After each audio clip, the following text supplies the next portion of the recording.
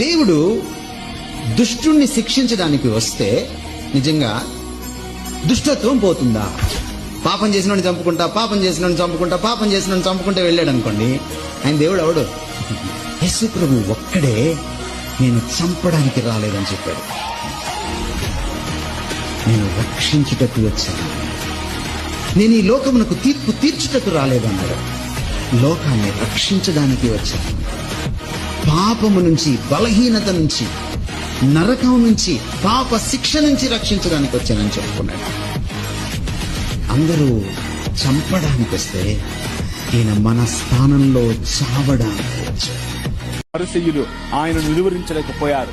పిలాతు ఆయనలో ఎటువంటి తప్పు కనుక్కోలేకపోయాడు. హేరోదు ఆయనను చంపలేకపోయాడు. మరణం ఆయనను బంధించలేకపోయింది. సమాధి ఆయనను కట్టి పడేయలేకపోయింది. 3వ దినమున ఆయన సమాధిని గెలిచి లేచాడు. That is your king.